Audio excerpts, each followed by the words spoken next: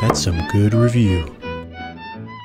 Hey everyone, it's Commercial Review. It also happens to be election season, which might be one of the most depressing times in America. Political advertisements being one of the primary reasons, because for anyone who hasn't seen them and is about to, they are the worst. Not just in terms of what they do to politics, which is pretty bad, but also what they do to advertising.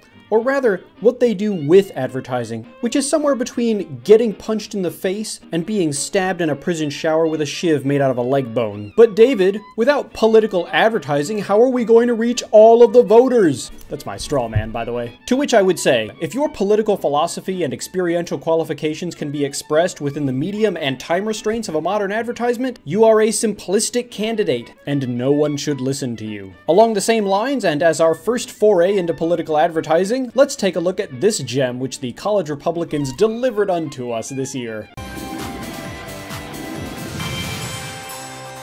Budget is a big deal for me now that I just graduated from college. The Rick Scott is perfect. Rick Scott is becoming a trusted brand. He has new ideas that don't break your budget. But Mom has other ideas. I like the Charlie Crist. It's expensive and a little outdated, but I know best. And don't forget, the Charlie Crist comes with additional costs.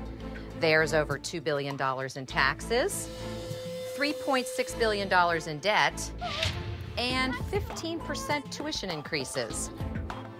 But I'll be paying this off for the rest of my life. We cannot let her walk out of the voting booth like that. Mom, this is my decision. And I see a better future with Rick Scott. Sometimes it's hard to let go of old styles, but it all worked out in the end because Brittany said yes to Rick Scott.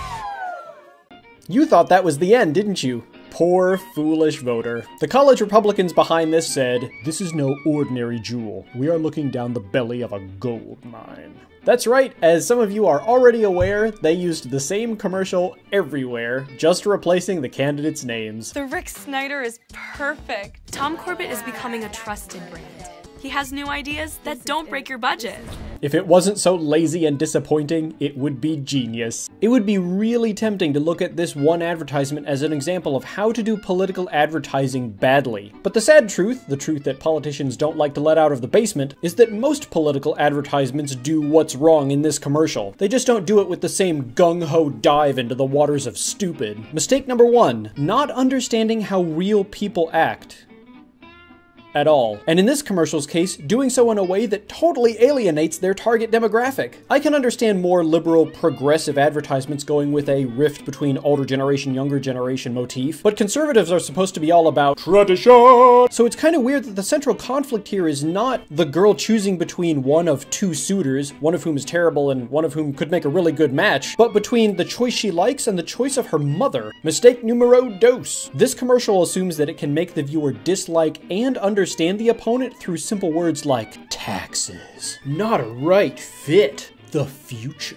It's not just demeaning and irresponsible, but it drags the entire political process down into a mud pit where, yay, ice cream is about as effective an argument as rational economic strategy. Mistake numero tres. It thinks that it can go into any area in the country and woo voters with exactly the same message and strategy, when anyone can see that the country is made up of really different peoples and regions that demand different approaches, and in fact probably demand different political solutions.